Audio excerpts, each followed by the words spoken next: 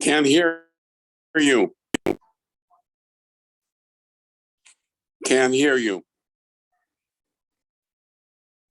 Now you can hear me. Yes, I can. Okay, that's good. Okay, Chaim, I'm going to give you a faher because you missed yesterday, you know. You got new glasses. You had to get new glasses. That's what the wolf said, you know, all the better to see you with. What doesn't cost a fortune these days?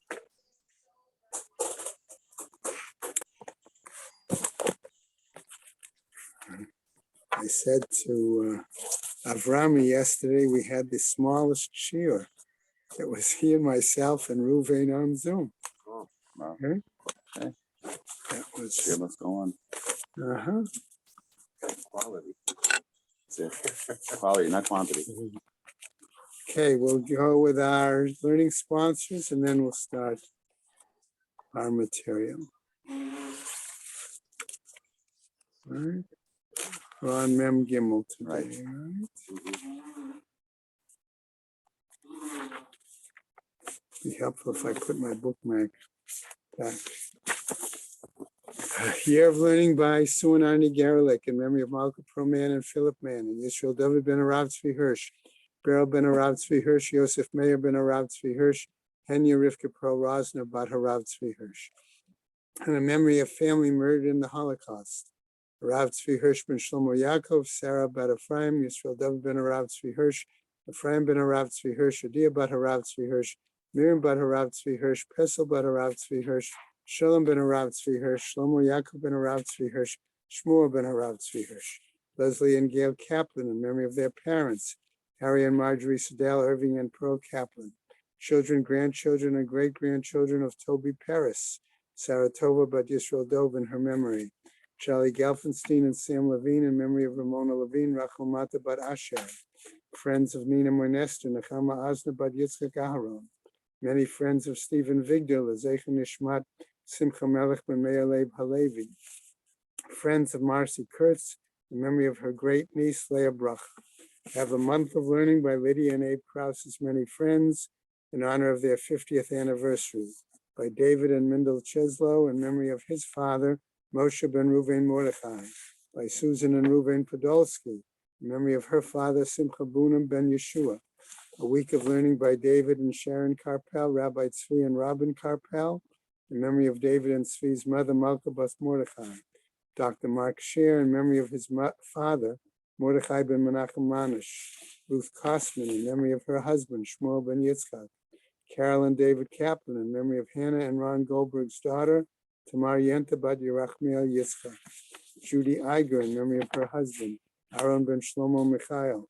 Henya and Shmuel Novik in memory of her father, Zev ben Shimshon. Meir and Sarah Breben, Michael and Golda Breben. In memory of Meir and Michael's mother, Bela bat Elimelech. Isaac and Eda Novik in memory of his father, Eliezer Yaakov ben Mordechai Tzvi. Today, being the 19th, we have a day of learning plus Torah fund by Minnie Shavrik in memory of her mother, Shifra bat Yaakov. We also have a day of learning by Sarah and Jesse Marilis in memory of her mother, Chana bat Tzvi Aryeh Kohen, by Emmanuel and Carol Miller in memory of his mother, Vita Fega bat Yosef Alter, by Shoshana Love, the Plotzker and Trying families, in memory of Stephen Love, Shimon ben Abraham, by David and Eva Love in memory of his brother, Shimon ben Abraham. And Shemas have an Aliyah, Krank Rafia, Velti Yeshua Shema Tzliah, and the Chol B'nai Yisrael, a good Gaben Shtiah. Amen. Okay. So let's look at this Gemara again, that we sort of got to the top of Mem Gimel. But if I'm going to just go back, what? No, we're on, right, today is Mem Gimel. Right? Gimel. Right? Yes. So at the bottom of Mem Bet, remember we got into this what I'll call a procedural. Okay, we know generally, we have a general accepted procedure that Yachid v'Rabim halacha k'Rabim. Okay, Gemara has brought this up in terms of showing that there is a machloket in this case between two Yechidim, two individuals. Okay, and so from that statement comes a further, I'll call it, discussion on this process, okay, on these procedures. What happens if we have a machloket and then a stam? What happens if we have a stam and then a machloket? Okay, so that's what the Gemara then is dealing with here when it finishes up there. Amar le halachak stam v'achar kach machloket mai. Amar le yisitim ein halachak stam. The law is not like stama dematnitin umachloket bebraita mai. Okay, so normally we could have, one would think, okay, that perhaps in all cases, if you have a Mishnah versus a Braita, the Mishnah would take precedence, but after all, Rebbe incorporated it into his Mishnah. Okay. On the other hand, we see here the Gemara is telling us, Mai amar le halacha kestam. Clearly, if the Mishnah is stam, that's the case. Okay, that it takes precedence over a Braita. Machloket b'matnitin and v'stam b'braita.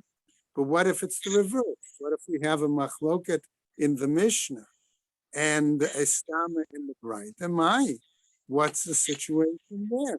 Right? Amarle, he said to him, as we go on to Mem Gimel Amud Aleph, B'chi Rebbe, Rebbe Chiyam Minalan, Minayan lo. Okay, was it not the fact that Rebbe taught? Okay, Rebbe Chia was his student, and it was Rebbe Chia who was one of the editors of the Tosefta. Okay, and therefore he was. So how else would he have known were it not that he had studied it with Rebbe, and that Rebbe must have given him some sort of a statement? Okay, and that's what Rashi there. Okay, so what happens? Amarle, he said to him, Bahatna. But isn't it taught now, as we pick up with the second line, but isn't it taught elsewhere in the Mishnah?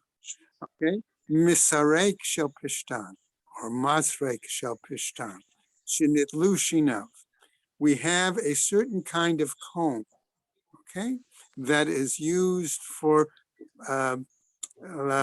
flax, okay, to spread the threads of the flax in order to, right? And what happens? Lushinav, and they remove teeth from this kind. Koren, by the way, has an actual picture of one, okay, in its text, right? Vinishtairu bo shtayim, and you have at least two of these teeth, okay, remaining. What happens to me'ot? We're going to say that those are tamei, okay? Ve'echat, and if you have a single one, okay, tahora, it's tahora. Okay, what's the issue here? Okay, could those individual teeth from that kind of a comb be utilized as another kind of utensil? That is the concept that the Gemara is reflecting here. Why would they be tmeot? Because two of them could be used as hooks, and therefore, as a result, that would be considered a viable utensil, and therefore, the possibility of tumor there. Okay, all right. Now,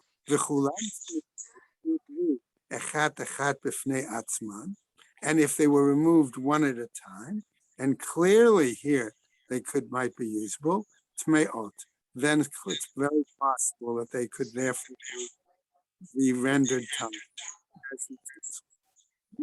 Now we're going to get a slightly different kind of comb. All right, this comes back to a masrek shel tzemer. This is one that you use to comb wool, okay, on a sheep, for example. And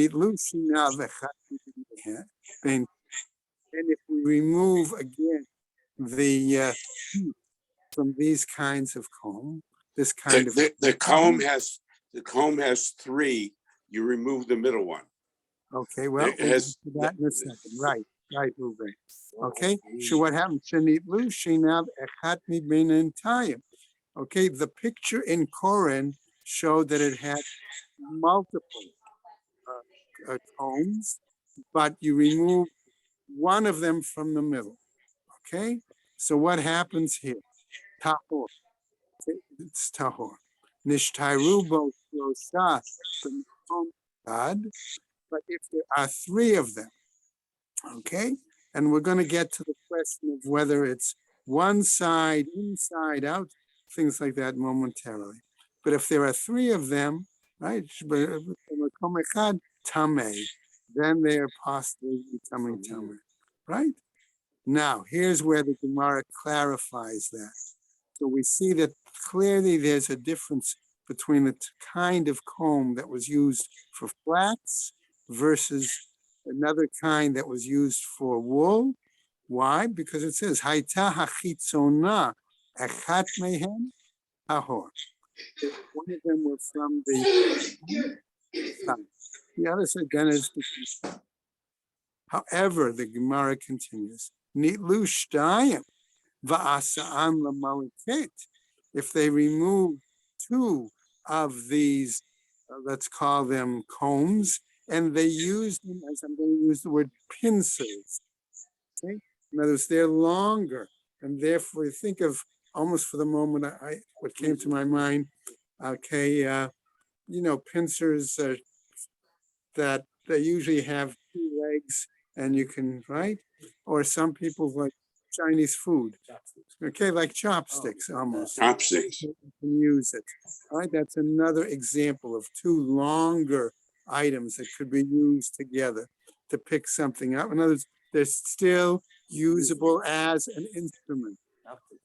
Okay, all right. Lamilakate tmeot. They're possible, okay, to becoming tamei. Okay, so what happens? Echat, okay, v'hitkina laner, or you take one of these kinds of, I'm going to say, longer Bristles or combs. right, bristles, right, right, one of these longer, okay, things, right? And you're using it, you develop it, you fix it so that it becomes usable as a candle. Okay. As a to clean out the wax. Okay, clean that's it. good. Too. All right. Oh, the mituach. Okay, or for stretching rope. Okay. Right. Another possible use. In other words, even a single one that's still usable as a utensil, therefore is potentially can become tamei. V'kaim malan de'ein halacha ke'ota mishnah.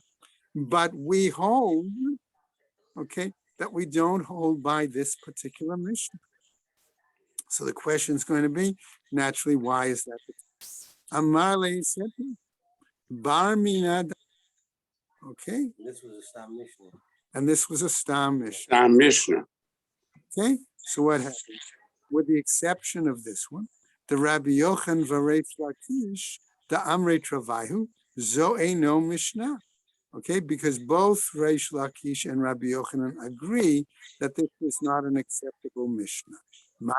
What's the reasoning? Amar Rav Huna bar Manoach Mishnei Rav Idi Berei.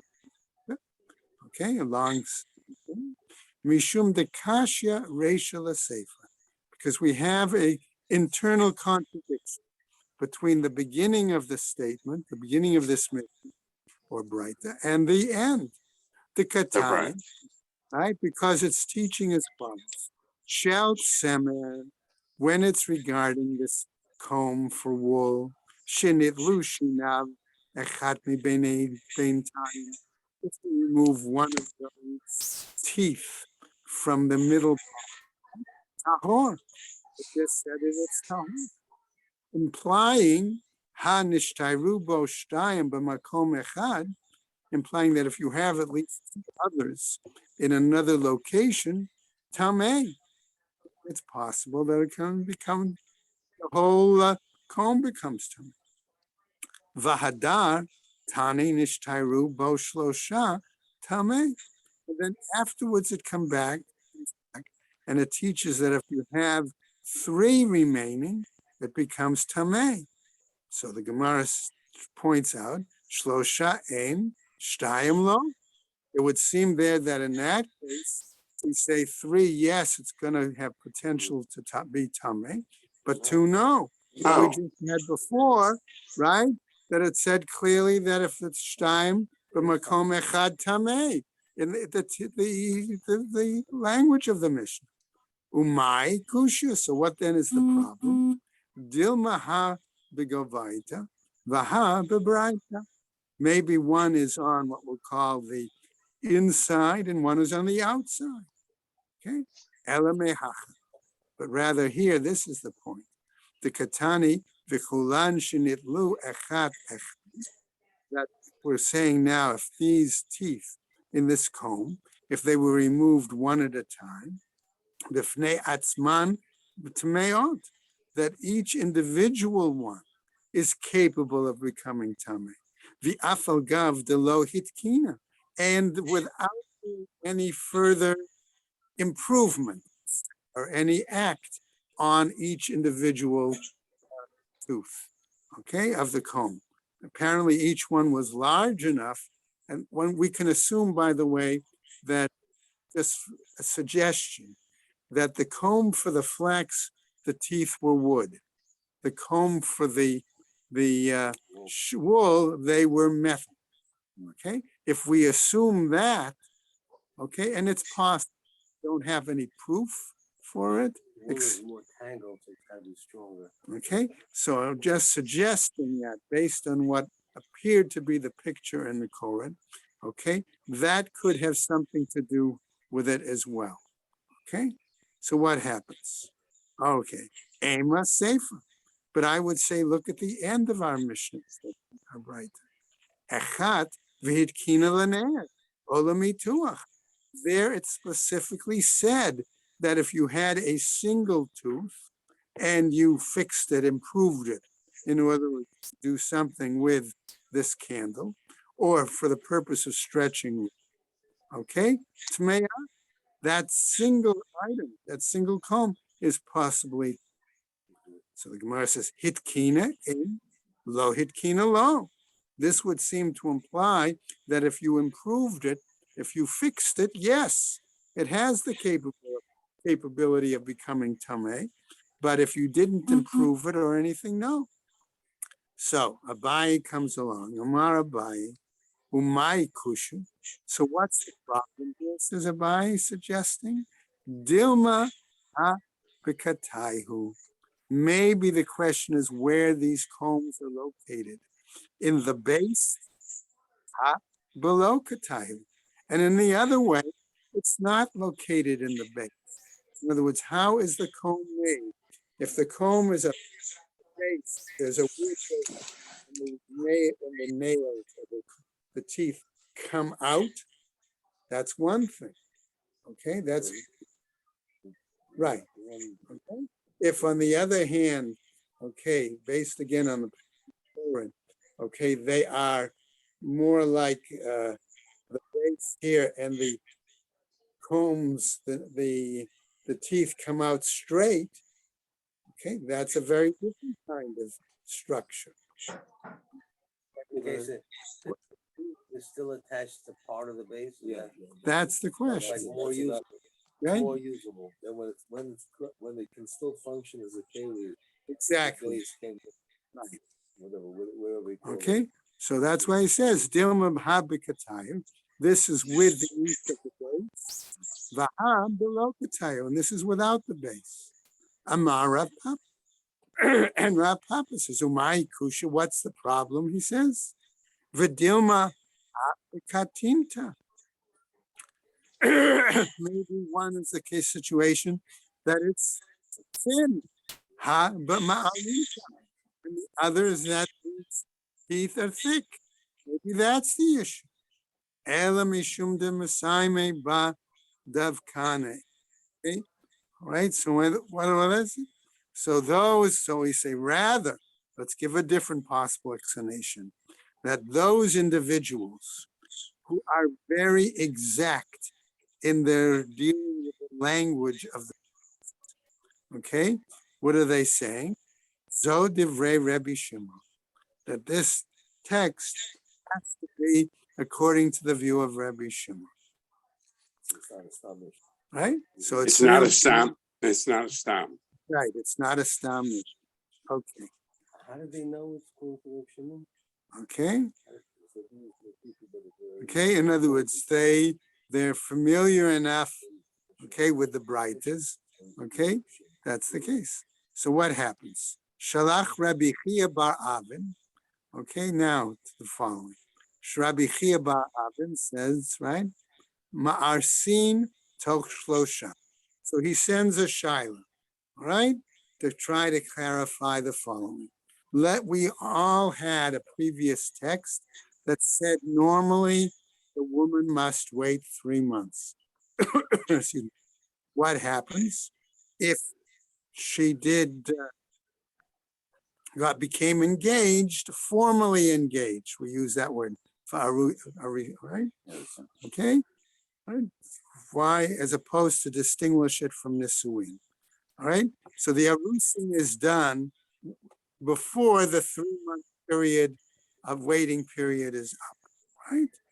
V'chein osin ma'aseh.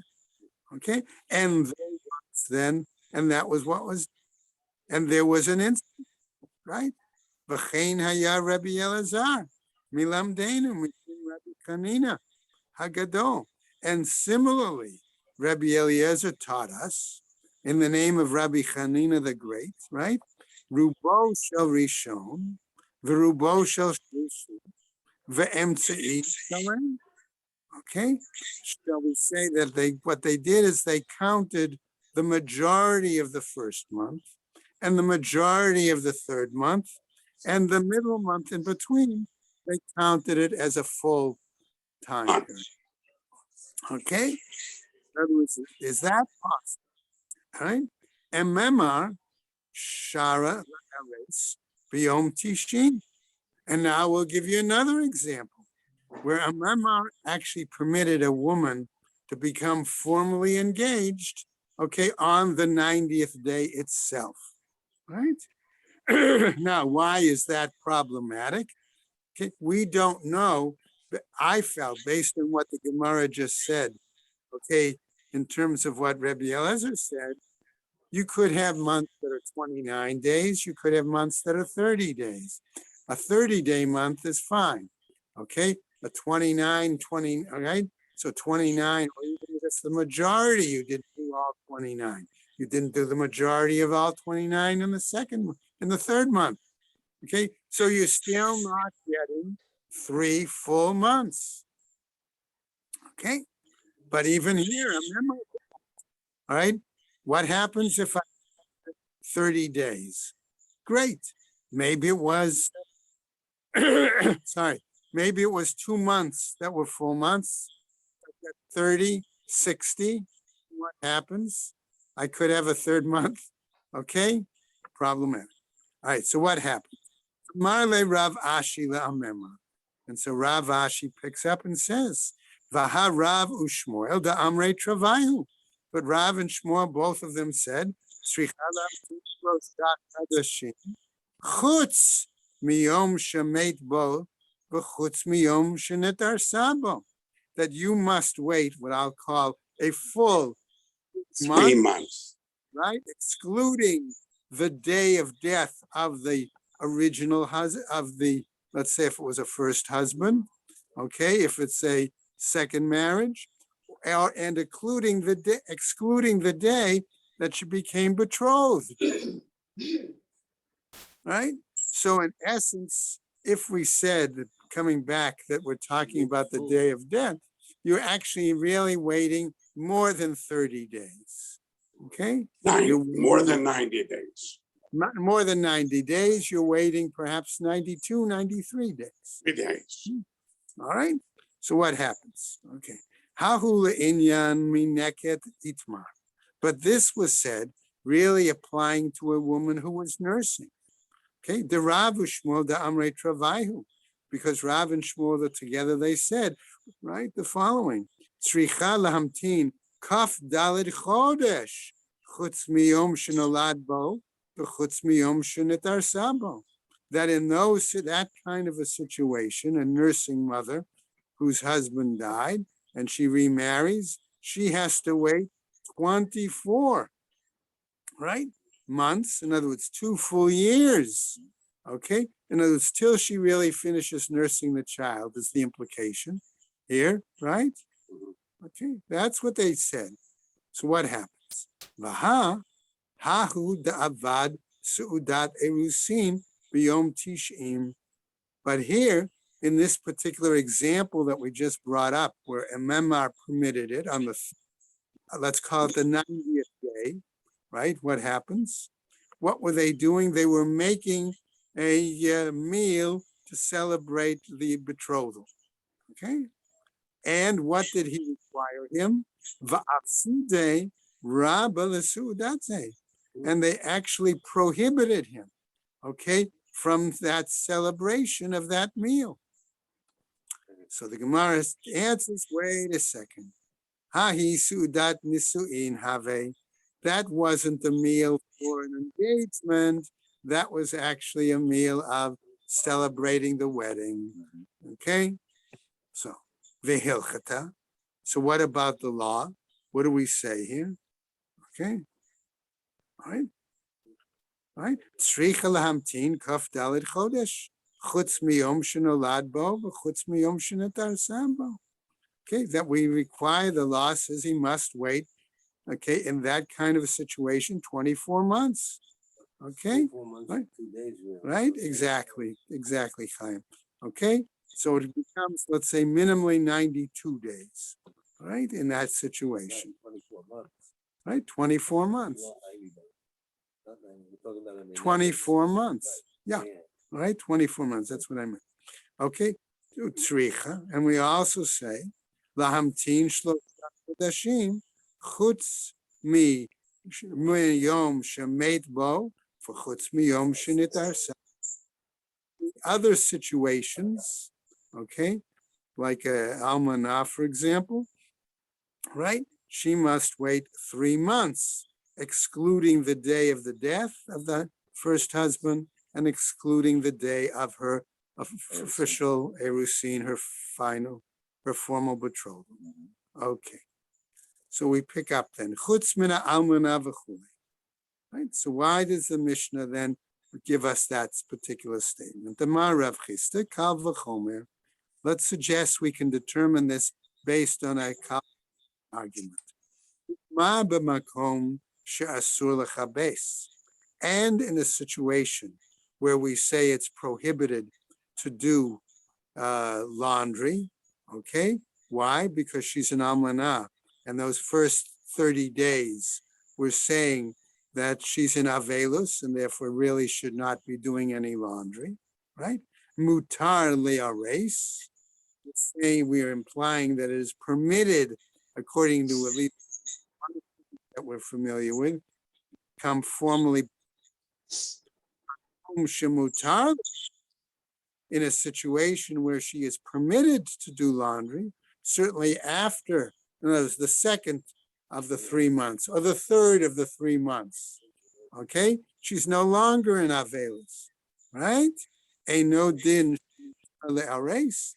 Is it not logical that she should be permitted to become formally betrothed?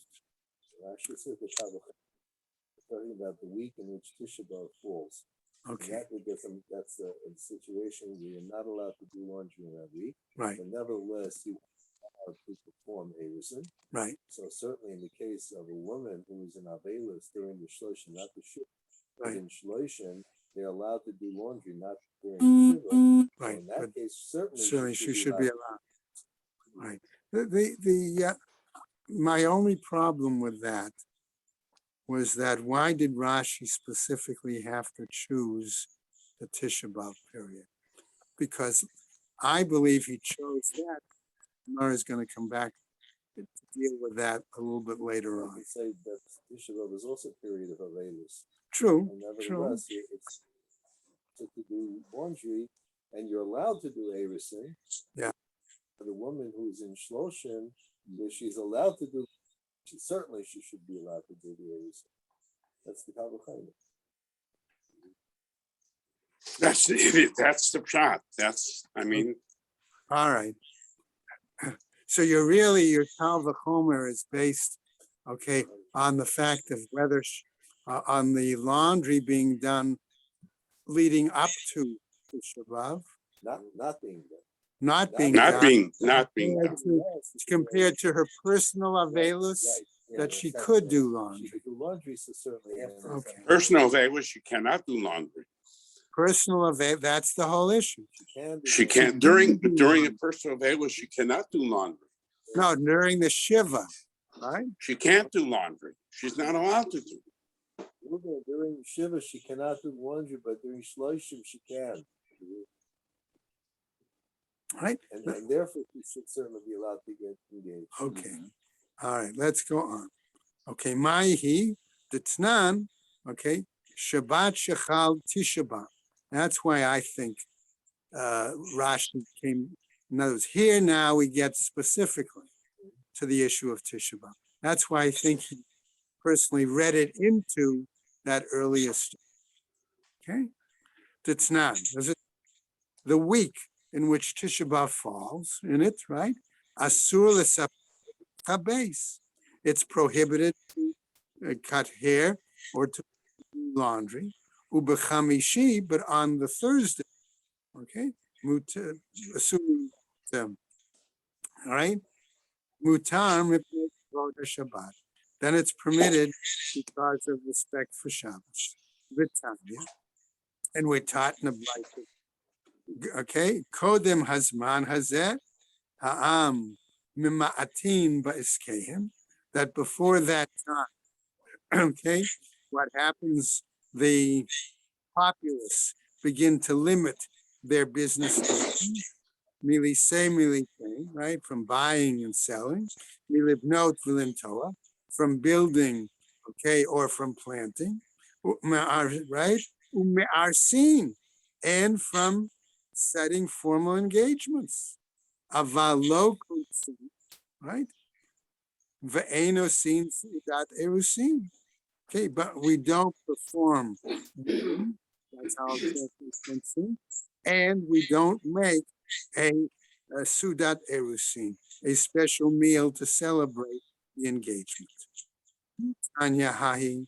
When was this taught? Kodem to kodem. It was before the before. In other words, it was, okay, right, before the previous during the 3 weeks, during Tisha B'Av fell, right? right. Okay, right? So, okay, and this is going to actually weaken the view of Rav Chisda that we saw before. Tanya Amar, and so Rava says, Kodem de Kodem Nami. Okay, even before that already. Kal v'chomer, how much more so? Uma b'makom she'asur lisei v'liten. Whereas the situation where it's prohibited to enact right? Do business, to refrain from doing business, because Right. that's In other words, right. to stop from doing business dealings, mutar li'ares, then it is still permitted to become set up formal engagement. Makom shemutar lisei v'liten, a situation, a time period where it is permitted to do business dealings. Eino din shemutar li'ares, is not logical that she should be permitted then to have the formal engagement. Okay, so the Gemara answers, Lo tema de Rabbi Yossi. Don't say that this is the view of Rabbi Yossi. Why? Because Rabbi Yossi Omer, Kol Hanashim Yitarsu. Because Rabbi Yossi says all women should become engaged, formally engaged, right? As soon as possible, really was his intent. Ela ema Kol Hanashim Yinasu, but rather understand Rabbi Yossi's view as all women should become married as soon as possible, right? What happens? V'liv le Rabbi Yossi lahavchin.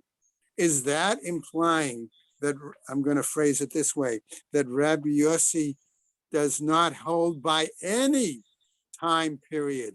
In other words, even the 3-month time period that we saw generally seeming to be the case before. And we saw, remember, previous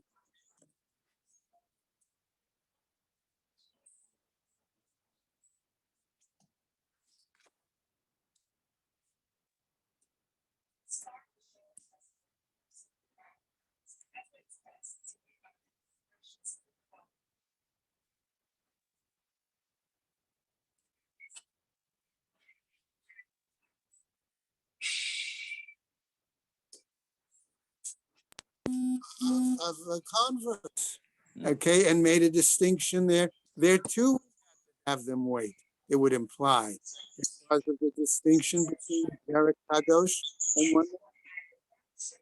So the Gemara showed us examples in different statuses of the necessity to make distinction and have that waiting period. Can you really say that Rabbi Yossi does not done any of that? Okay, so the Gemara seems to imply mitle. No, he doesn't hold by it. Vi bayit ema. And if you want to say leolam itle, yes, I might say on the other hand that he does hold under certain situations that we have to have this distinction, right?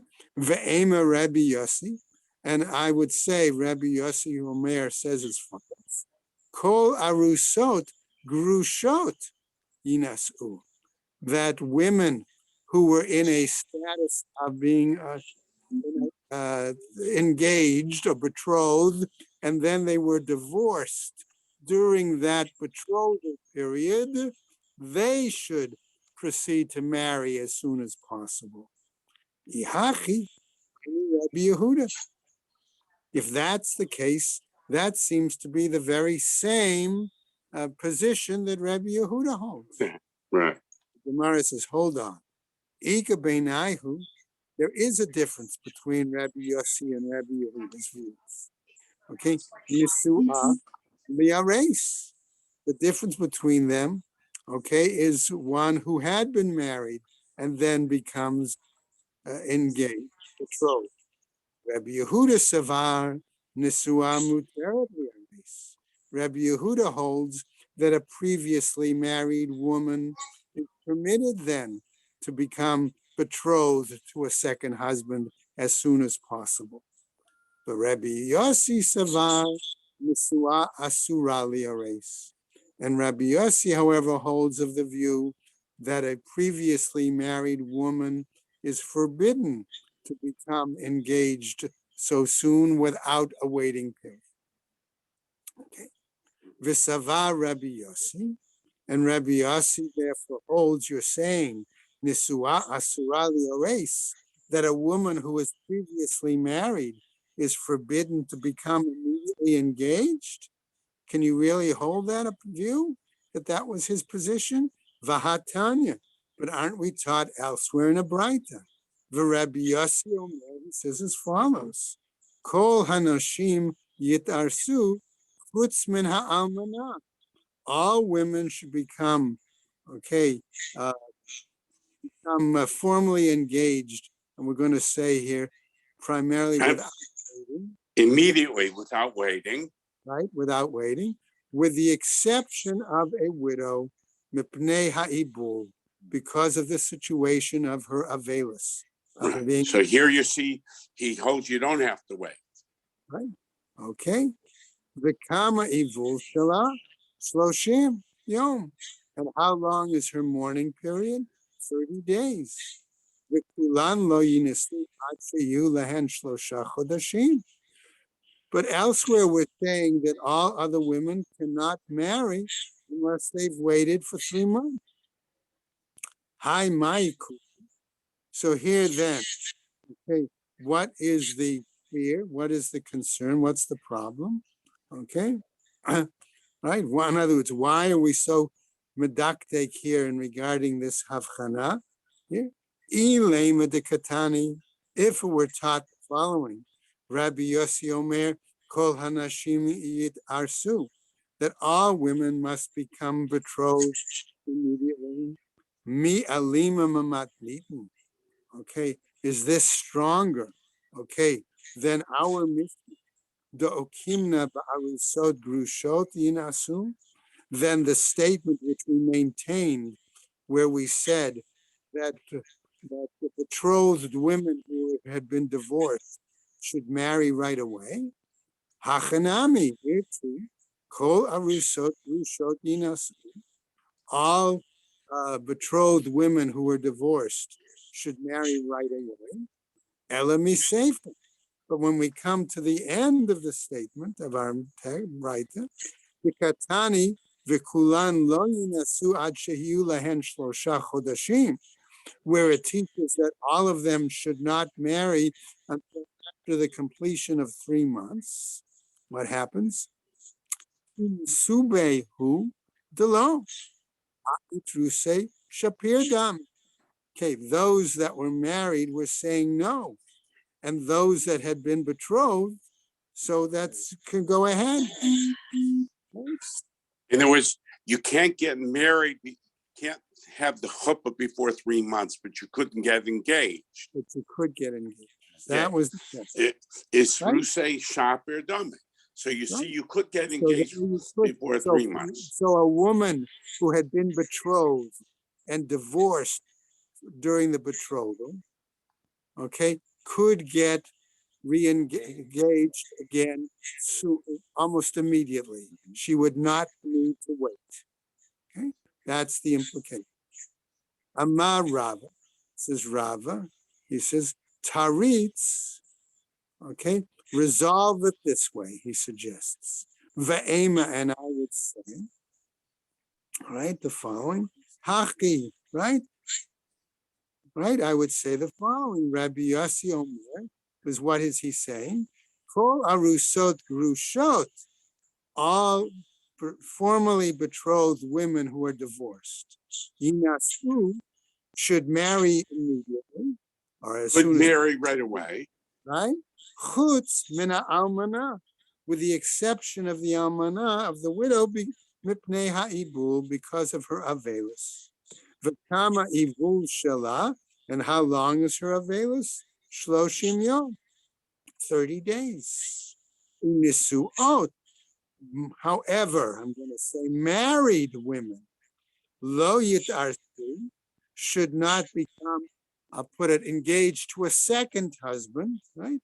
Ad sheyehi lahem shlosha chodashim, until they have waited a period of 30 days. Days. 3 3 months. months. 3 months. 3 months. Okay. Va'almana, right? Va'almana min ha'erusim. And in regards to another unique situation, not a betrothed woman who was divorced, but in this case, a betrothed woman who had been widowed. In that situation, Only engaged. she was a betrothed, right? And then became a widow. Mi'itla ibul, does she have any kind of mourning period? We could answer this no, of course. Vahatane, but isn't it taught elsewhere? Rabbi Chia Bar Ami says, Ishto Arusa, okay, if his betrothed woman, right, his fiance, official fiance, and remember we always say that the Arusa status is almost the same as the Isha without conjugal relations there. Lo onen, she doesn't act as an immediate mourner. Right. Okay, right. Lo onen v'lo mitameh la, become an immediate mourner for her. And if he's a kohen, he does not become tameh for her. V'chein hi lo onenet v'lo mitamah lo, and she might become a mourner, especially immediate for him. And if were she to be the bat kohen, she would not be Meta. Not only that, but he also said if she dies, Eino, the male fiance, right? Okay, the Eino Yorsha, he doesn't inherit her. Mate who, if he's the one who dies, go vaketu. But because Erusin is so similar to the status of Nisuin, that one exception, she does, however, receive a ketubah in that situation. Okay? All right. So the Gemara now goes on. Let's see. Hold on a second. Let's, now that we see, okay, try to reword what was said before, okay, by Rabbi Yossi. We need to clarify, all right, Ela Tanaihi, but this is actually a machloket Tanaim. The Tanya is taught elsewhere in a Braita. Me Rosh Chodesh va'ad hata'anit, and now we come back to the example of Tisha B'Av in this case, right? From the beginning of the month of Av until the fast itself, ha'am mema'atin mi'askehen, the nation limits its business dealings, miliseu militain, from buying and selling, for example, milivnot v'lentoa, from building or planting, mila ares, from establishing formal engagements, betrothals, umilise, or from a marriage. What happens? Shabbat, shechal Tisha B'Av betocha, the very week in which the fast Tisha B'Av occurs, asur l'saper l'chabes. It's prohibited to cut one's hair, to do laundry. Also, in parentheses, v'asur le'ares, and prohibited to be set formal betrothals. V'yesh omrim, and there are those who say, kol hachodesh asur, that the entire month it's forbidden. Okay? What happens? Matkifla Rav Ashi. Again, Rav Ashi challenges, Mimai ares. On what basis do you say regarding betrothals? Liares mamash, to actually become betrothed. Dilmalame abad suudat erusin huda asur. Perhaps what they're referring to is setting up a dinner, a party, a meal of engagement. That's what is forbidden. Hali ares shapir dami. But simply to have the engagement, that seems to be viable. Ihachi milise v'linase nami. Okay, if that's the case, so let him marry, right? And marry also. But to arrange for a wedding banquet, that also would be prohibited. We say, but to simply marry, that would seem to be violent. Hachi hashtan. How can you compare the two, says the Gemara? Bishlema nisu'in below su'uda ika simcha. Having, okay, allowing a wedding to occur, okay, without a fancy banquet, you at least still have the joy of celebration, right? Ela erusin, whereas an engagement below su'uda mi'ika simcha, how can you have a celebration of an engagement without a meal? So the Gemara somehow thinks getting engaged is not as big of a simcha as getting married. Sure not.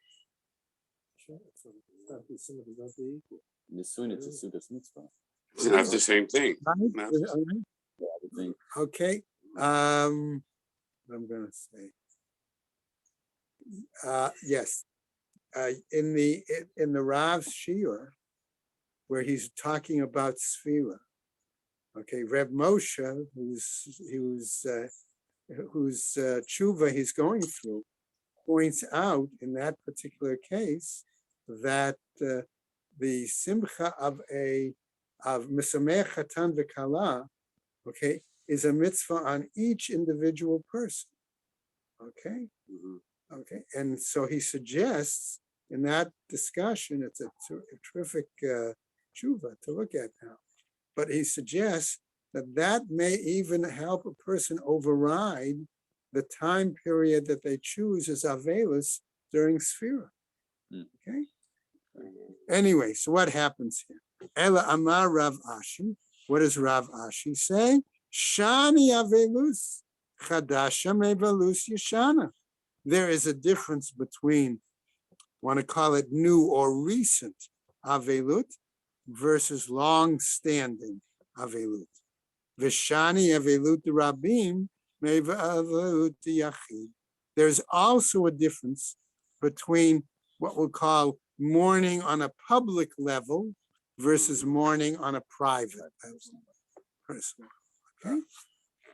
So making a difference between Tisha B'Av and a dead. and in individuals, right? That's the case. Okay.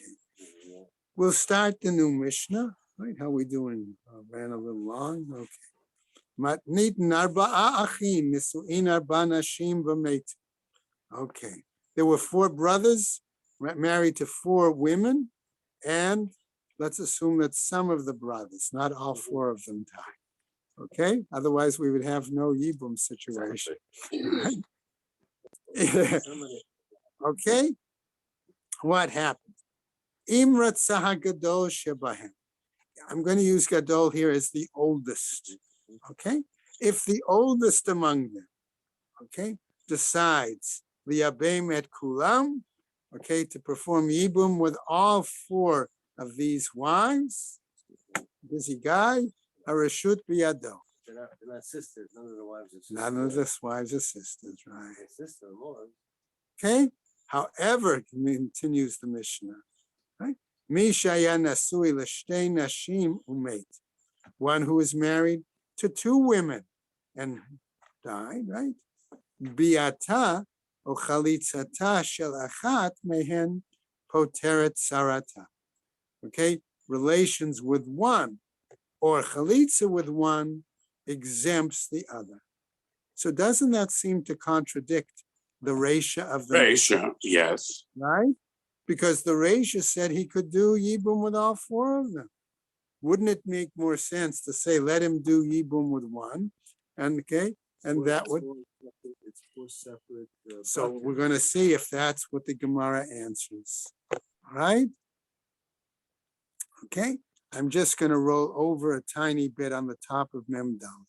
Haita echat k'sheira, says if one of them, of these women, was viable to ultimately marry a Kohen, ve'achat psula, and one would not be a viable option for a Kohen, im haya choletz, if he wants to choose to do chalitza, choletz lepsula, let him do chalitza to the one who is a non-viable option for Kohanim, vim haya miyabem, and if he wants to do yibum, miyabem l'kshera, let him do yibum to the one, okay, who could be a viable option afterwards. Isn't this Pashut, the whole Mishnah? If it's It doesn't Pash, say- I thought the next time would be Pshita. if I it's was thinking the same Pashut, thing.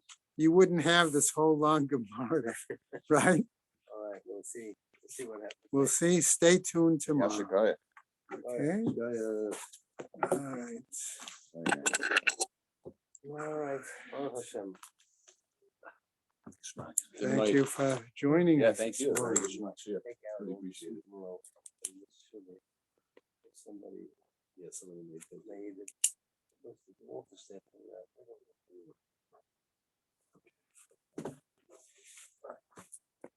All right. Let's get all my stuff. You know, I'm gonna call Zev. Yeah, I have to call him yesterday also.